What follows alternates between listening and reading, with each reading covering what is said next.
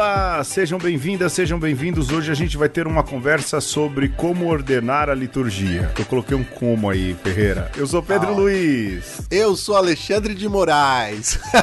Alexandre de Moraes, então eu sou o Pedro de Sarturi. Boa. Diga aí, meu compadre, tudo bem?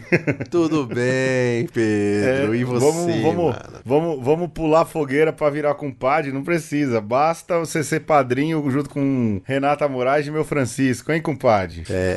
Vamos nessa, estamos animados. Interpelações, o padrinho do Francisco é o Alexandre. Eu falei, mas quem mais seria, gente? Pelo amor de Deus. É isso, novidades da vida, novidade da vida privada. E agora a gente vai falar de tempo comum.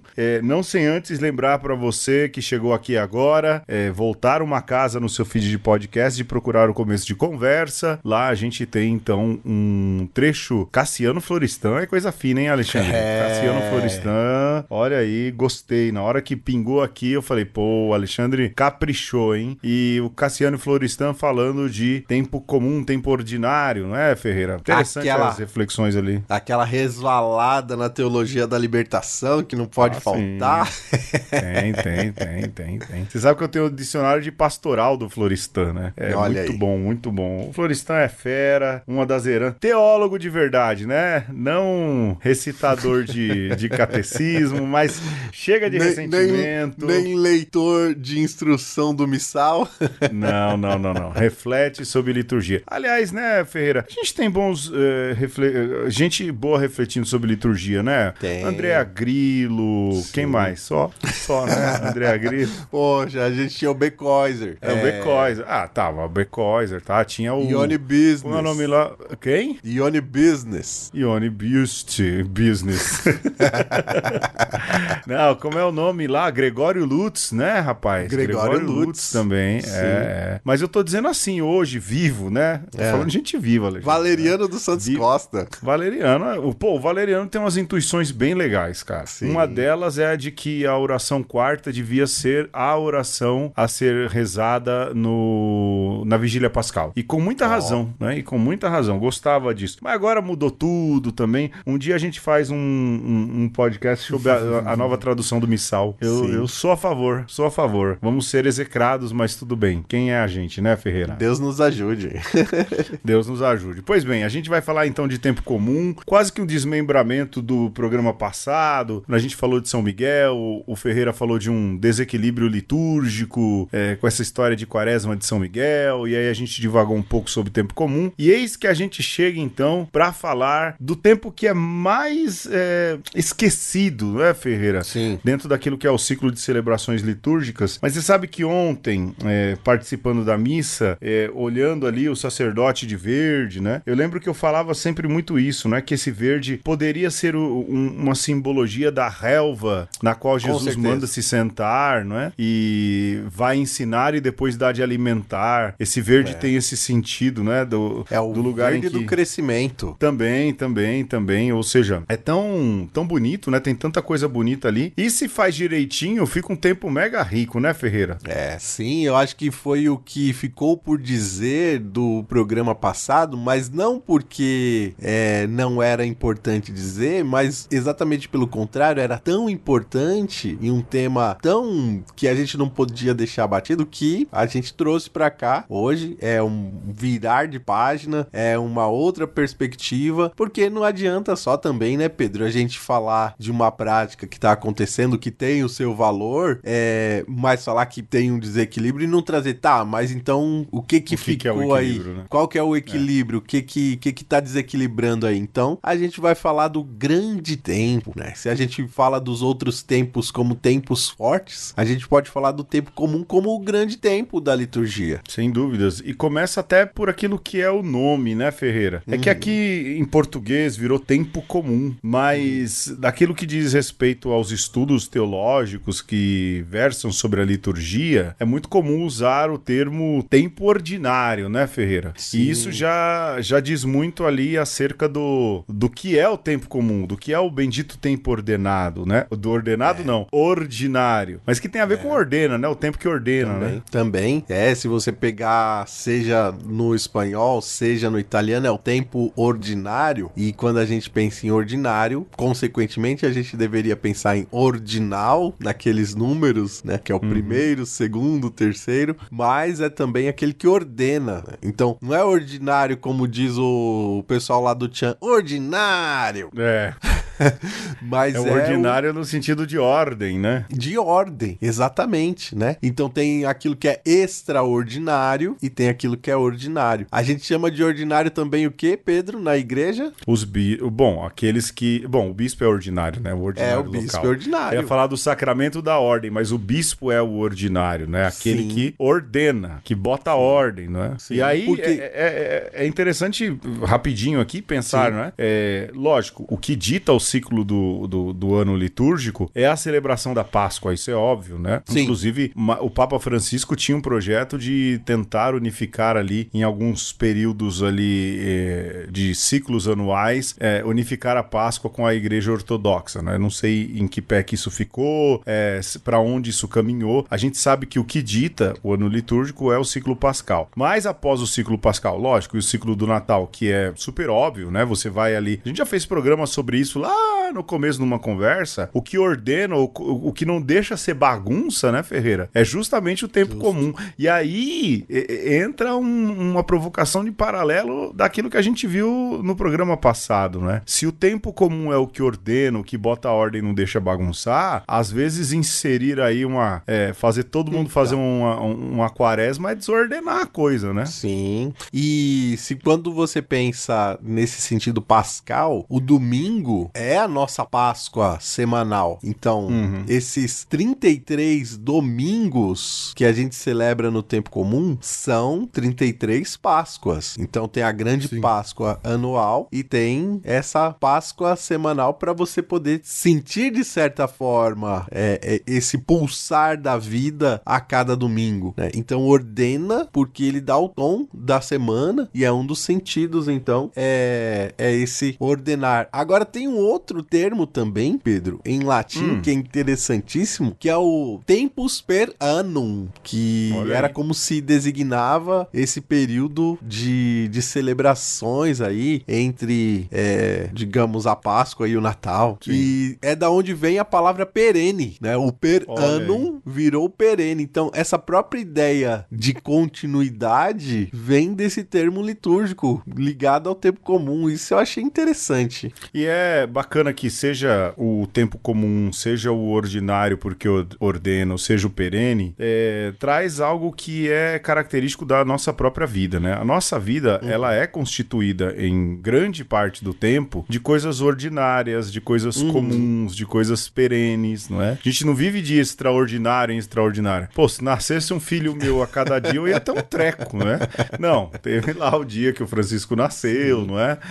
Ou seja, a gente vive momentos de coisas comuns. A vida, ela é permeada do perene, né? Daquilo que é o simples, o ordenado, o comum. E é interessante porque é uma sabedoria eclesial de dizer, olha, os encontros com Deus, a vida ordenada, ela se dá no comum do dia a dia, não é?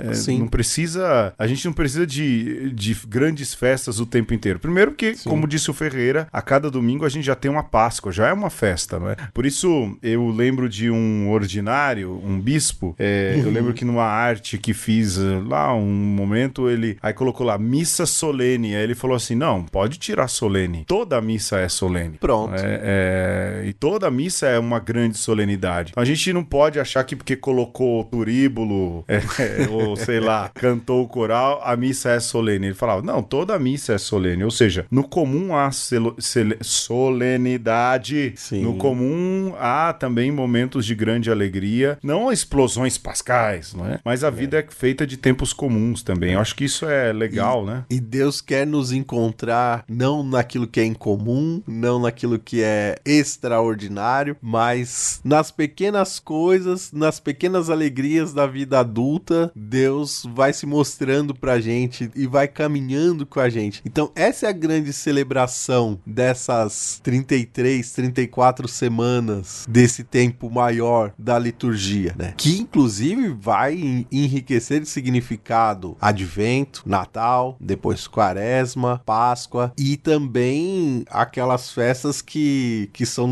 no ciclo próprio dos santos, né? Nossa Senhora Aparecida, as festas cristológicas. Fiéis defuntos, as festas cristológicas, a Anunciação de Nossa Senhora, né? Exato. E tudo bem distribuidinho, mas também tudo muito bem ordenado, né, Ferreira? Sim. Isso é importante. A igreja, lógico, ela vai colocando ali o que é importante ou não, os graus de importância. Um dia a gente poderia fazer um mini curso sobre isso. Não hoje que a gente está focado em tempo comum, né? Mas, para dizer, não é, eu pensei aqui, aquilo que você também disse lá no programa de São Miguel, as pessoas que já não conseguem mais viver o comum, né? Então elas querem dopamina na fé, que nem a galera que fica rolando feed, né? Querendo coisa nova.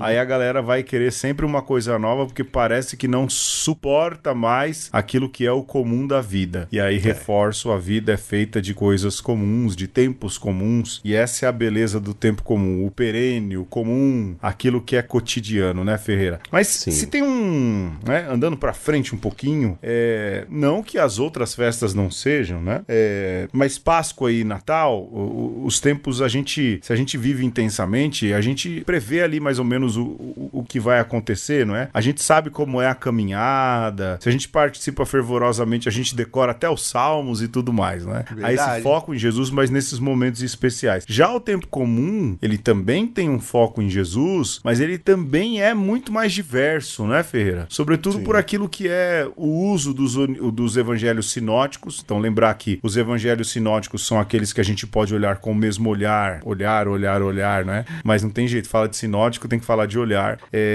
Que a gente pode mirar com o mesmo olhar, porque são muito parecidos. Então, lê-se aí ou Mateus, ou Marcos, ou Lucas, e aí então você consegue ter uma visão diversificada de Jesus em cada ciclo desse de tempo comum, né? Sim, e quando você pensa na vida de Jesus e essa vida narrada por esses três evangelistas, Mateus, Marcos e Lucas, a gente pode dizer que, no geral, sobretudo Mateus e Lucas vão falar do nascimento de Jesus, o Marcos nem tanto, e agora sim os três vão falar do final da vida de Jesus, que é o ápice da nossa fé, que é a crucificação e depois a ressurreição. Então, se a gente pega os três evangelhos, os três vão falar, de certa forma, de como é que começa a coisa e como é que termina. Isso a gente chama dos tempos fortes, né? O início e o fim, a encarnação e a ressurreição. Só que, Pedro, o grosso da coisa não é encarnação e ressurreição, né? É muito estranho se a gente vivesse uma fé baseada só nesses dois aspectos da vida de Jesus, porque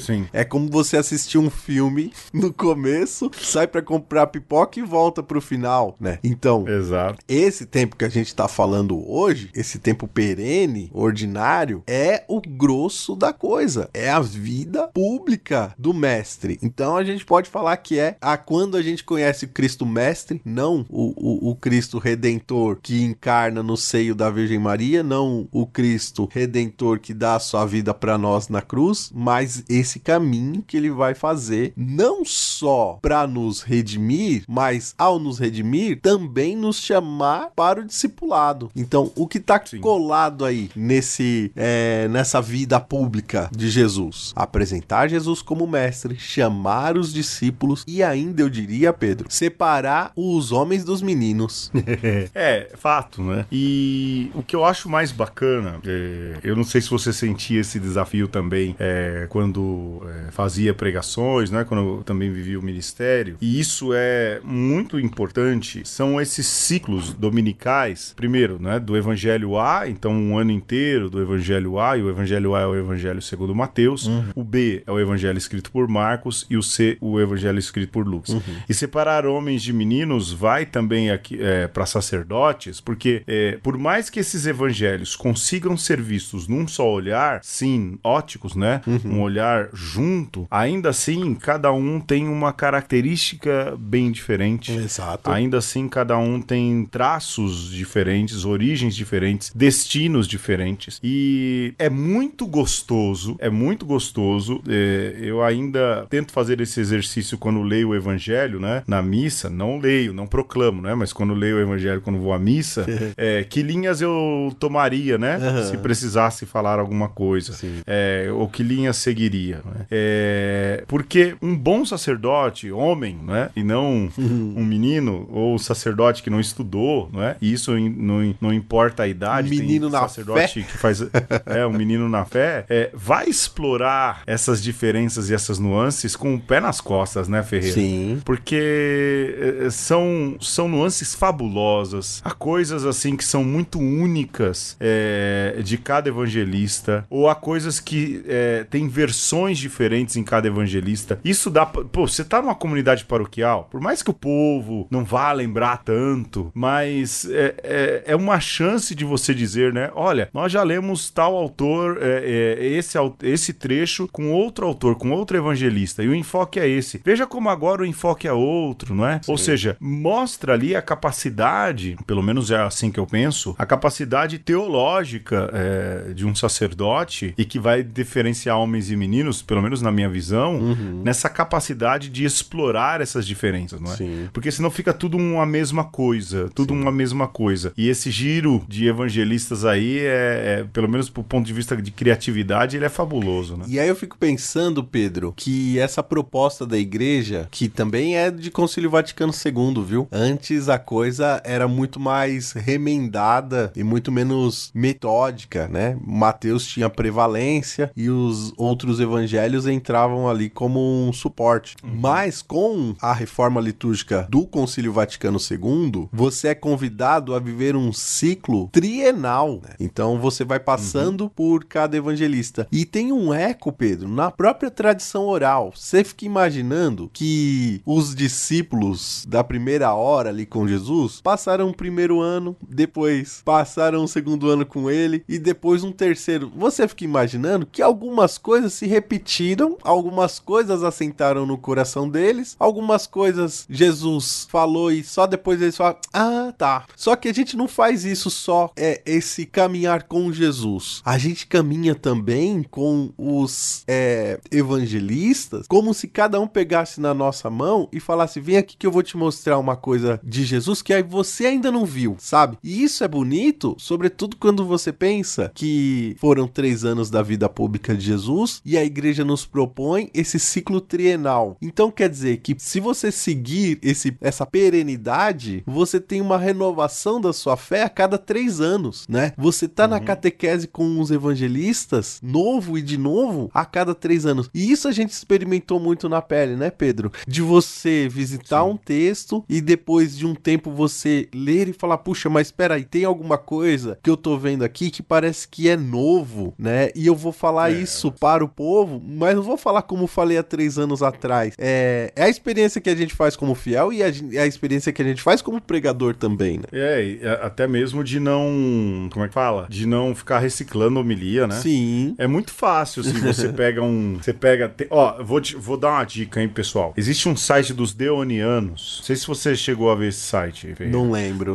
Acho que os Deonianos de Portugal. Eles tinham, assim, reflexões bíblicas muito boas, muito interessantes. Sem afetações, sabe? Bem organizadinha e tudo. Mas é a mesma, cara. Então, se você usa aquela lá num ano, no outro, daqui a 2, 3 anos você vai usar de novo, é muito repetitivo, não é? Aí tem a galera que vai nos autores, né? Tem a página do Masters. Bom, o Masters postou e tá lá. Eu vou pegar o biblista, sei lá, o Alberto Mardi, vou pegar o Pagola. Bom, tá lá, cara, né? Tem os livros editadinhos, bonitinhos na ordem. Vou pegar um roteiro homilético. Tudo isso é importante. Sim. Mas ele não pode ser não pode ser o compositor da sua homilia. Não pode, não é? Sim. De sua reflexão, não é? Mas quem somos nós, não é, Alexandre? Para ensinar o padre a rezar a missa. Sim. Não é isso. Isso, mas a gente tá falando desse separar homens de meninos, né? Eu acho que isso é importante. E pensar que existe uma estrutura, uma lógica de cada evangelista, né? Ou ainda, de cada comunidade, isso é Pedro, fundamental. né? A comunidade mateana, a comunidade marquiana, a comunidade lucana. Essas comunidades, elas ouviram o evangelho e o evangelho assentou no coração delas, e aí a gente recebe isso como um tesouro vivencial, né? Então, essa estrutura dos evangelhos, ela é parte da vivência, né? E não do registro seco. Histórico, sim. Exato. Ela é parte da vivência. Mas eu nunca cheguei nesse ponto de falar da comunidade mateana, de Marcos ou de Lucas, aqui, né? Porque eu falava assim, não quero dor de cabeça pro final da missa, não. Porque isso vai ser mal interpretado e chega, né? Mas é isso, né, Ferreira? Do ponto de vista de estilo, daquilo que o texto pode fornecer, isso é fabuloso, né? Sem contar aquilo que é a própria evidenciação da vida pública de Jesus, né? Em cada evangelho, Jesus tem um estilo de vida pública diferente. Isso é super importante, super bacana, né? Há uma missão diferente para Jesus em cada evangelho. Isso é formidável. Ou seja, tanta coisa que é possível explorar, não é? Do ponto de vista de pregação, do ponto de vista de catequese. A região episcopal Belém aqui da Arquidiocese de São Paulo tinha aquele subsídio Catequese em Mutirão, não sei se você conhece, né? Que era um subsídio bem simples, que na verdade servia para movimentar alguma coisa relativa ao evangelho do domingo e deixar muito para a criatividade do catequista da catequista, né? E eu achava fabuloso porque justamente fazia isso acontecer e acontecer bacana, né? Sim. Mas aí tem um problema, né, Ferreira? Alguns. Existe um problema, eu não sei se isso é no Brasil, se isso é fora, não é? Como é que funciona e tal, que o tempo comum sofre de vez em quando, é que nem Setembro Amarelo, né, Ferreira? Poxa! Setembro Amarelo agora é Setembro Roxo, Setembro Amarelo, Setembro Azul. Cara, eu já não sei mais o que é a cor do mês, eu já não E todo mês tem cor agora, né? Todo mês tem cor e é o arco-íris de cores, né? Não é uma cor em específico, né? Que são as inserções de meses temáticos também, né, Ferreira? Não, rapaz.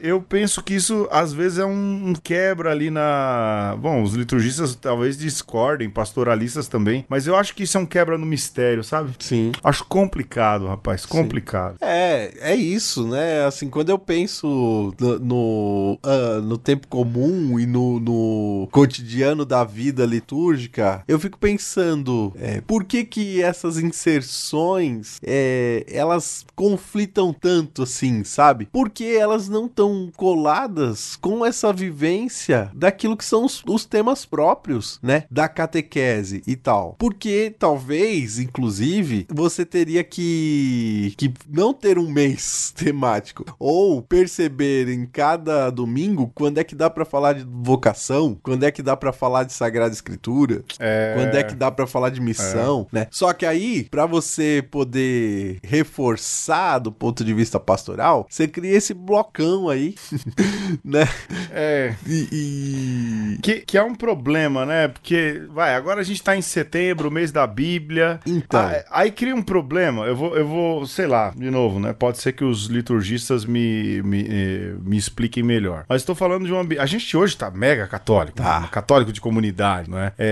Mas é isso, a gente é católico, então vamos lá. Mas, por exemplo, mês da Bíblia, setembro. O que é o ritmo normal de uma celebração? O padre termina ali a oração da coleta, as pessoas se sentam para ouvir a palavra de Deus. E as pessoas fazem isso automaticamente porque o rito também tem sua cadência, tem o seu jeito de ser, não é? E no tempo comum isso é reforçado, é a catequese, é a naturalidade, o comum. Aí de repente, não, vamos agora ficar de pé de novo para receber a palavra de Deus.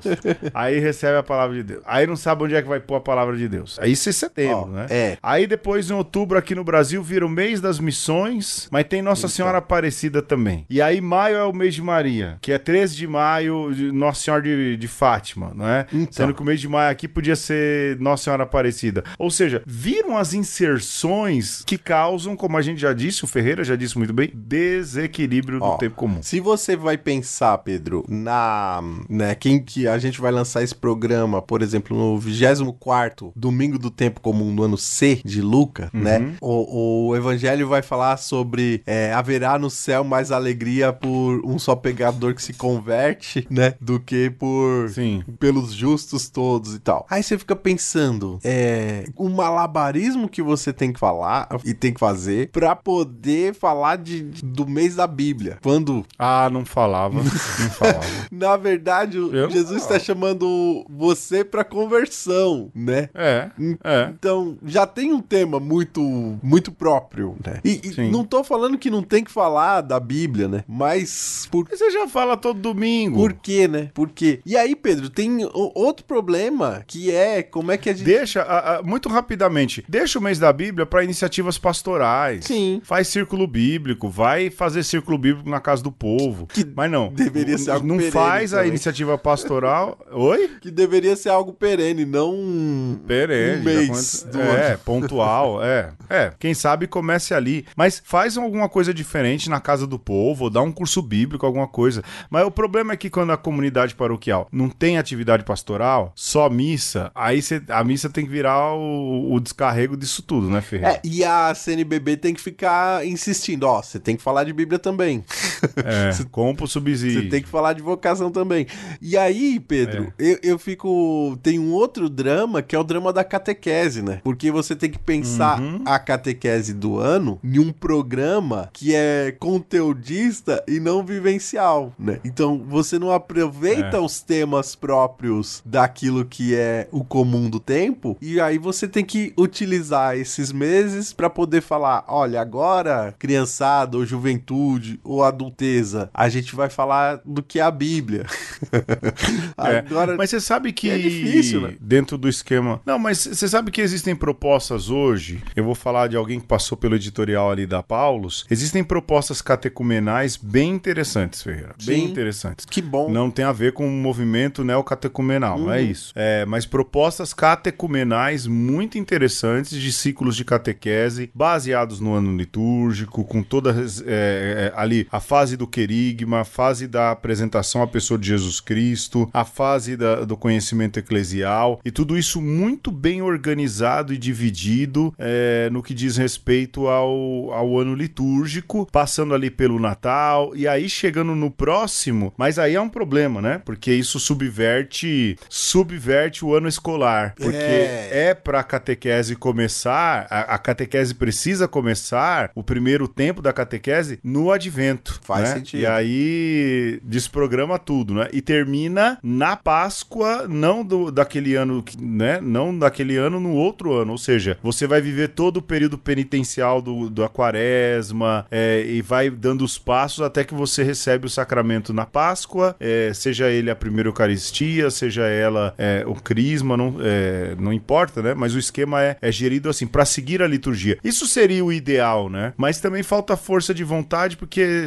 quer seguir o ano escolar, quer transformar a catequese na escola, né?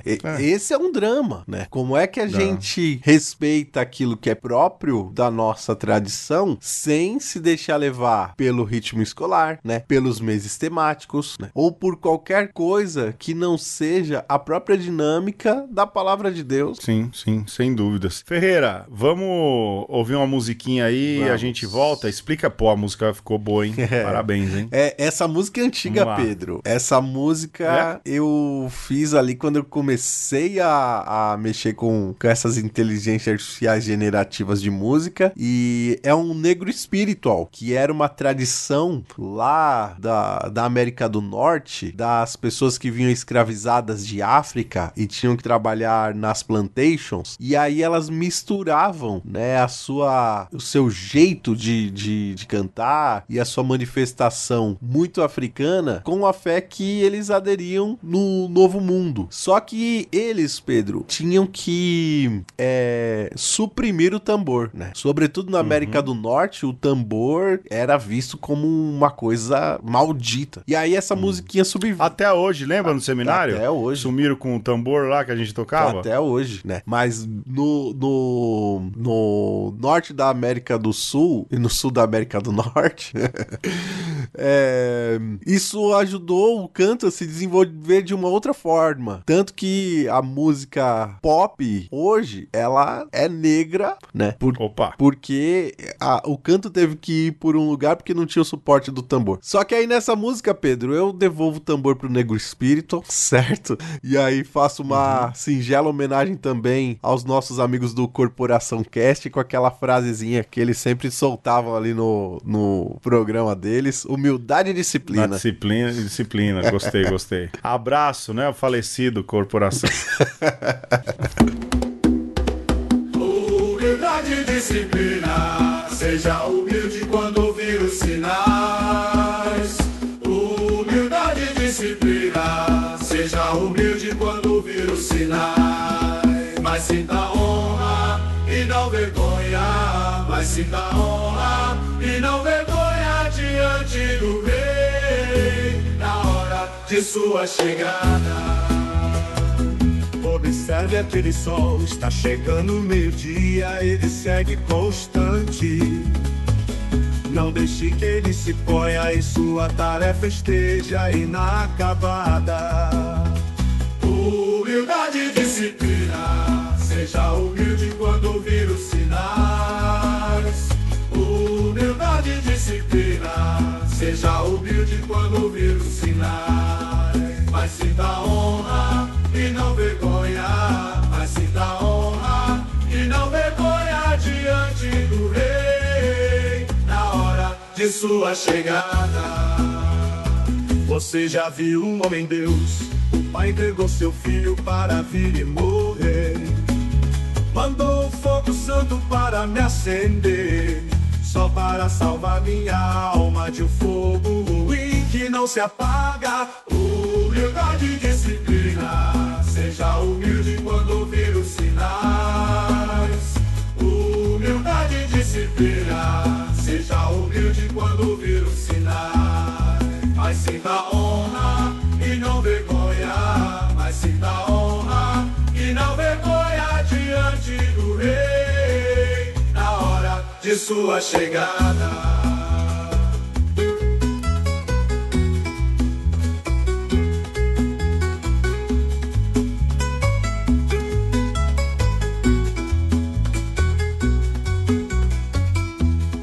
Mas sinta honra e não vergonha, mas sinta honra e não vergonha diante do rei, na hora de sua chegada.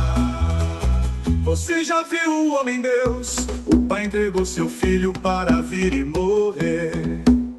Mandou o fogo santo para me acender, só para salvar minha alma de um fogo ruim que não se apaga. Humildade e disciplina, seja humilde quando ouvir os sinais. Humildade e disciplina, seja humilde quando ouvir os sinais. Mas sinta honra e não vergonha, mas sinta honra e não vergonha diante do rei, na hora de sua chegada. Humildade e disciplina, seja humilde quando ouvir os sinais.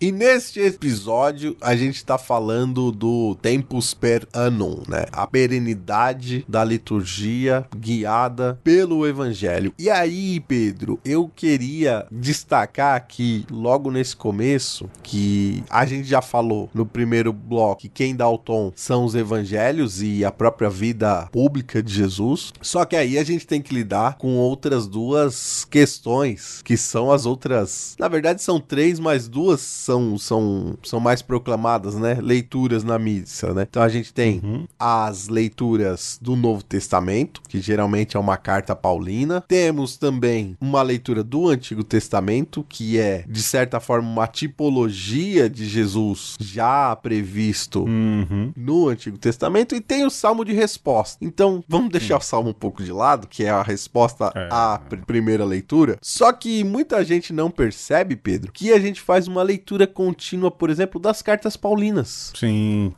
sem dúvidas. E que isso também não é muito transparente nas homilias. Então, mas não é justamente por isso, né? Quando não, esse programa vai virar a gente fazendo crítica de homilia, né? Eu vou fazer um parêntese aqui, então, tá? Eu ia contar uma história de homilia que quase me fez levantar, eu só não levantei porque era o 7º dia de meu sogro, sabe? Mas exemplo de padre que não prepara homilia. Certo. Se não prepara nenhuma de Pentecostes, meu brother, né? Que é o caso que eu vivi, eu vou contar. Fui numa missa de 7º dia, não é? Numa paróquia que não é a minha atual paróquia, não é. A gente ainda tava procurando paróquia. Fui numa paróquia grande aqui da Zona Norte e lá celebrando estava o padre que cuida dessa paróquia grande. E na festa de Pentecostes, ele simplesmente disse que Pentecostes era uma festa doce. Eita. E que por isso havia a tradição na igreja de se comer doce na festa de Pentecostes. Parabéns. Nessa hora, eu só não levantei em respeito à dona patroa, ao meu querido sogro, à família dela, porque senão eu teria levantado e ido embora. Então, se um cara na solenidade de Pentecostes, Ferreira, faz uma homilia dessa, que dirá falar da continuidade da leitura da carta de São Paulo aos Romanos? É triste. Que dirá, eu fico imaginando como é que fica esse padre na hora que chega o discurso do pão da vida, lá quando vai se fazer a leitura do Evangelho de Marcos, né? Segundo Marcos 9b, Poxa. que tem a multiplicação dos pães, e aí é inserido o discurso do pão da vida do Evangelho segundo João. Essa inserção Genial. É genial. Genial, até porque do ponto de vista dos biblistas, o Beutler, que é o comentador lá do Evangelho segundo João, o mais bambambam, ele fala, isso aí é a evidência pura de que João bebe de Marcos, não é? E legal, gostei, né? Massa mesmo. O que vai fazer aí, cara, não é? Ou seja, não faz uma homilia em sequência, não retoma a semana passada, Não, porque às vezes também sai pra fazer homilia na sacristia antes da missa começar. Você é louco. Ó, se você... É ou não é, Ferreira? Se você tá ouvindo, né, esse programa em setembro de 2025, né, ano C, você vai ouvir... Ano C, Lucas. Do 24º domingo do tempo comum até o 30º, a primeira e a segunda epístola de São Paulo a Timóteo. Claro, não vai ser uma leitura total, né, das cartas, mas poxa vida, pega a sua Bíblia de estudos, dá uma olhada ali na introdução das cartas, né, mostra pro povo que você tem um fio condutor temático ali do livro da Bíblia, pelo amor de Deus, né, porque senão a gente também nunca faz isso, né, Pedro? Porque um momento de catequese para falar da Bíblia não tem na paróquia, né? É uma catequese mais ampla, assim, que não é programática para receber sacramento. E a homilia, você vai ficar falando que o Espírito Santo é uma festa doce. Então, puxa vida, quando é que você vai falar de fato daquilo que é a teologia dos livros bíblicos? Não vai. Ou vai pegar um trecho da carta. E outra, se você pega uma carta pseudo-paulina aí, daquelas que não foi Paulo que escreveu, e aí tem um trecho meio misógino, aí vai bater ali, não é? Vai falar... Pô, cara, vai falar, tá na Bíblia! Eu já tô chateado já, viu, cara? Não tem câmera aqui, mas eu tô tristão, hein? Que isso, Pedro? Eu tô tristão. Eu não sei você. Eu vou desvirtuar o assunto, né? A luta que foi pra eu conseguir uma paróquia não tá no gibi, brother. Sim. A luta que foi... Eu vou partilhar isso aqui, né? A luta... Eu só fui pra Moca porque a gente cansou de procurar por perto. Lembra? A gente teve a gente trocou essa ideia. Sim. Não é? Eu só fui pra lá porque eu falei, cara, não dá, mano, não é? É evangelho doce, é lugar que não marca 7º dia por telefone, sabe? Cara, é difícil, olha, às vezes é difícil, tô desabafando aqui, né? Às vezes é difícil querer continuar católico frente ali à falta de acolhida, viu, cara? E pra gente que é exigente, uma reflexão de nível é importante, né, Ferreira? E o mínimo, né, Pedro? Pra gente crescer na fé também, porque não é porque a gente fez uma caminhada que a gente também não quer sair abastecido, né? Lógico. Das celebração e, sobretudo, Pedro, eu acho que é às vezes é uma falta de respeito à própria inteligência, seja do evangelista, seja do apóstolo que escreveu a carta, seja do autor do Antigo Testamento. Poxa vida, né? Assim, tem uma riqueza poética, uma riqueza literária por trás de cada texto, e você achar que fazer um mexidão ali, um sorteio de palavras e despejar no ouvido dos outros é o suficiente, não é. E a igreja te pagou 4 anos de estudo pra você fazer isso daí direito. 4? Não, 4? 4 não, né? Pois é, 4 de teologia. Tem essa parada também, cara. Tem essa parada também, né? A gente tinha um professor, Matias Grenzer, que vivia falando na sala. Parte de vocês, se não a maioria nessa sala, tem esses estudos pagos pelo povo de Deus. O mínimo que vocês precisam fazer é devolver com qualidade esse investimento do povo, não é? Pois o padre Boris também eu ouvi falar disso, mas basicamente era o Grenzer, os biblistas, né, falavam sobre isso. Sim. E, cara, eles têm razão, é desrespeitoso, cara, é desrespeitoso, não é? Mas enfim, divaguei aqui, cara, eu fiquei triste, eu me lembrei de novo desse, cada vez que eu lembro desse evangelho doce, eu tenho vontade de... Você fica nauseado. Eu fico, cara, sabe por quê? Porque eu sabia, cara, o pior de tudo, mano, é que eu sabia que ia vir isso, sabe? Porque a gente, né, Ferreira, a gente conhece os irmãos que a gente tinha, né? Sim. E tem, né? Tem, não sei. Exato. E eu sabia que podia vir uma dessa e veio, né? Eu fiquei envergonhado. Sim. Eu fiquei envergonhado diante de minha esposa, sabe? Sim.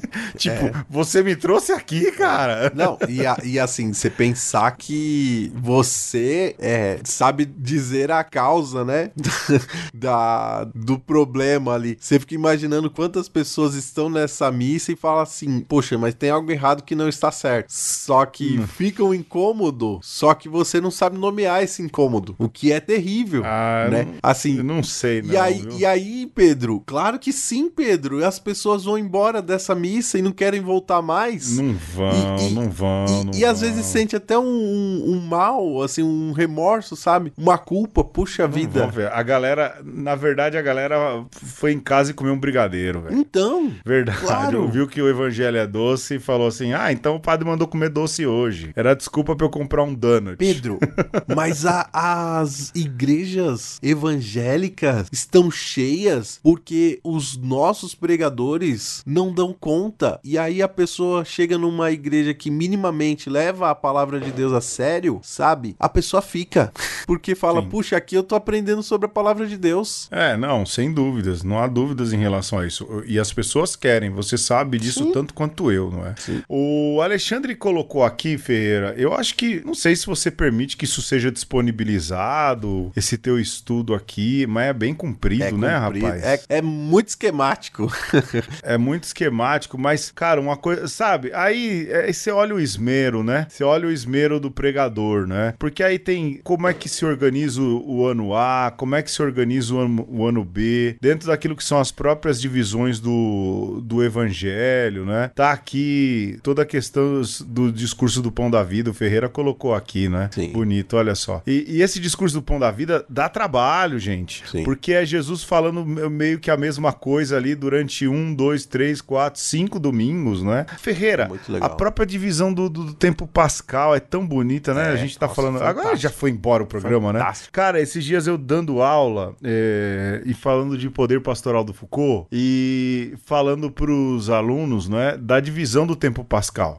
Que as 3 primeiras partes do tempo pascal são as epifanias, né, as manifestações do ressuscitado. As 3 últimas, uma preparação pra Pentecostes. E na quebra no meio do tempo pascal, no 4º domingo, o bom pastor, que é uma proclamação de que Jesus, o ressuscitado, é o bom pastor, né? A gente já falou sobre isso. Sim. E aí você vê, assim, os alunos explodirem a cabeça, cara. Pois é. Oh! tal. Lógico, eles estão na filosofia ainda, não fizeram teologia, né? Então talvez aprendam isso. Mas isso é tão óbvio, né? Tão fundamental, isso ajuda você a preparar direitinho esses ciclos, né? E o tempo comum é cheio de ciclos também, né, Ferreira?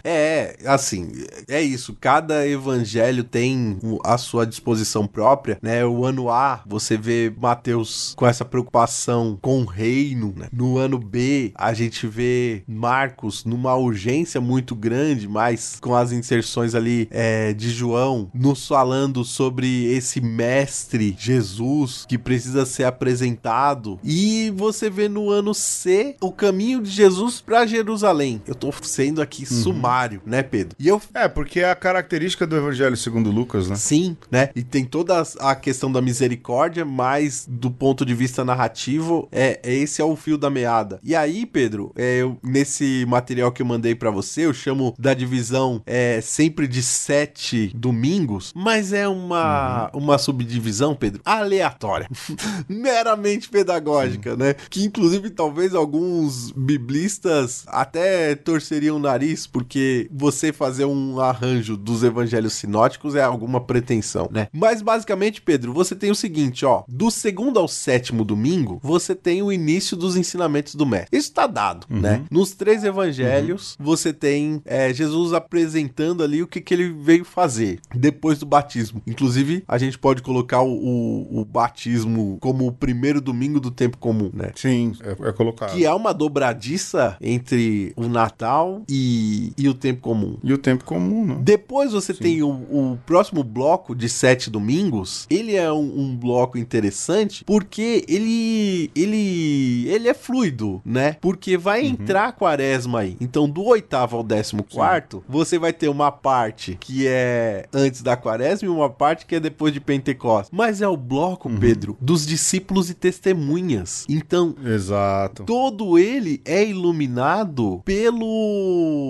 pela Páscoa já. Isso é muito legal. Depois...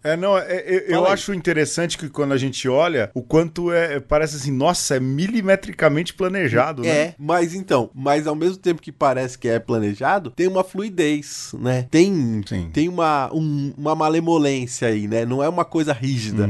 Isso é muito louco. Depois, se você pega do 15º ao 21º, é um miolo. Ou seja, ali, Pedro, Jesus vai dividir a galera, né? Então, tem um monte de ensinamentos, a gente poderia chamar do bloco de ensinamentos cruciais, né? Seja em Mateus, seja em Marcos, seja em Lucas, que pede decisão. Você não pode ser discípulo de Jesus de qualquer jeito. Você tem que fazer escolhas, né? Então, no meio do ano comum, isso vai ser insistido de uma forma que, do ponto de vista catequético, Pedro, eu acho que deveria ter gente que deveria desistir da catequese, entendeu? Desistir do segmento de Jesus. Não dá pra mim não, né? Como, de fato, a gente imagina que foi quando Jesus estava fazendo sua pregação, né? Que, inclusive, os evangelhos narram isso. E agora vamos me deixar sozinho, né? Então, nossa, mas tinha uma galera aqui e sobrou quem?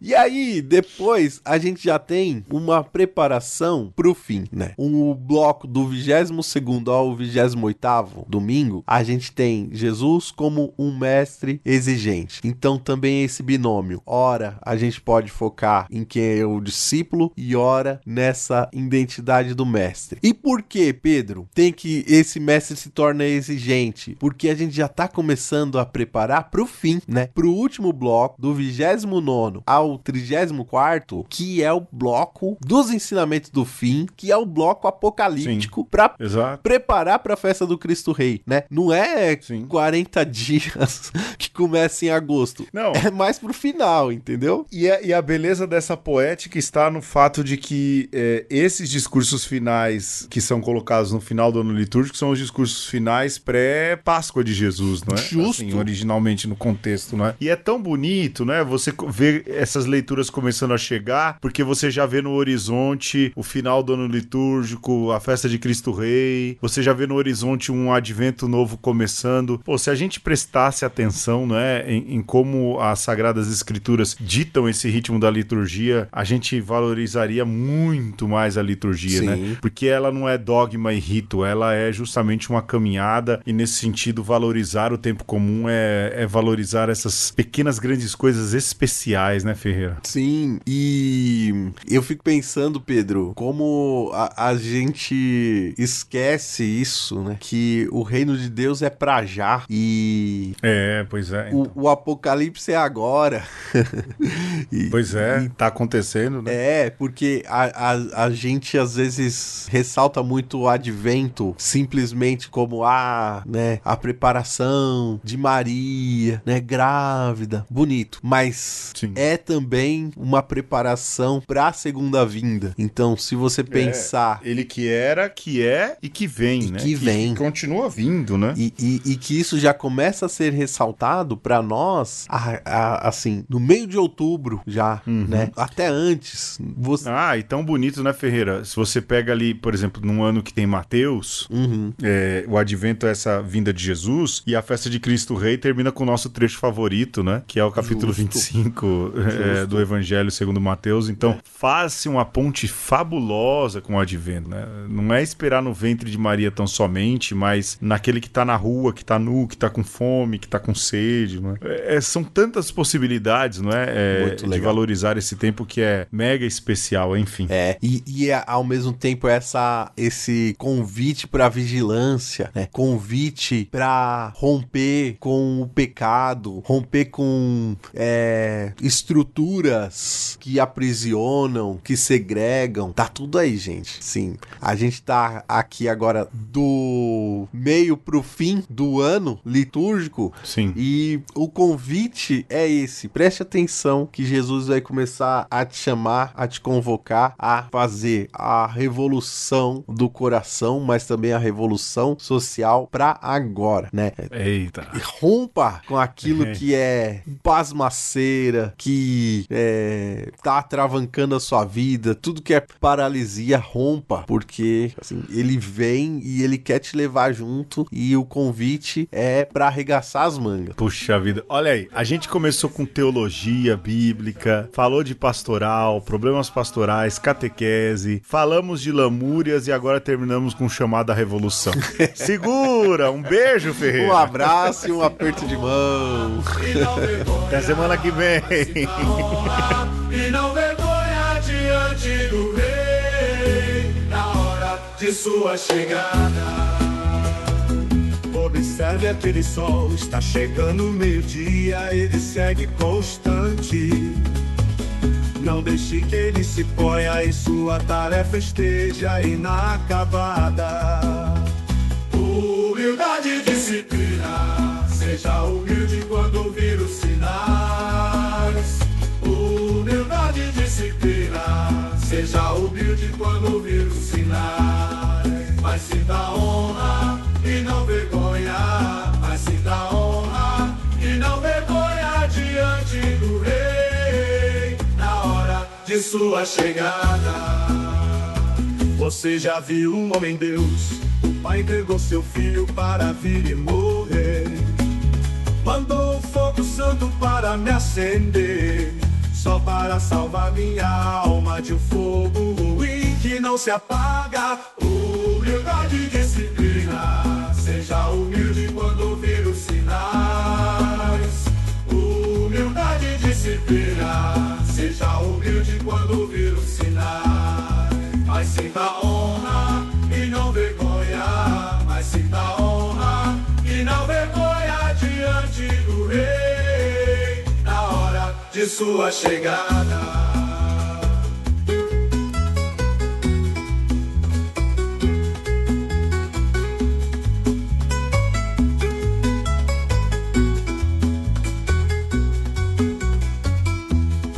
Mas sinta honra e não vergonha, mas sinta honra e não vergonha diante do rei na hora de sua chegada.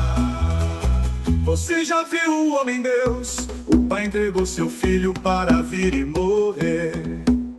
Mandou o fogo santo para me acender, só para salvar minha alma de um fogo ruim que não se apaga. Humildade e disciplina, seja humilde quando ouvir os sinais. Humildade e disciplina, seja seja humilde quando ouvir os sinais. Mas sinta honra e não vergonha, mas sinta honra e não vergonha diante do rei, na hora de sua chegada. Humildade e disciplina, seja humilde quando ouvir os sinais.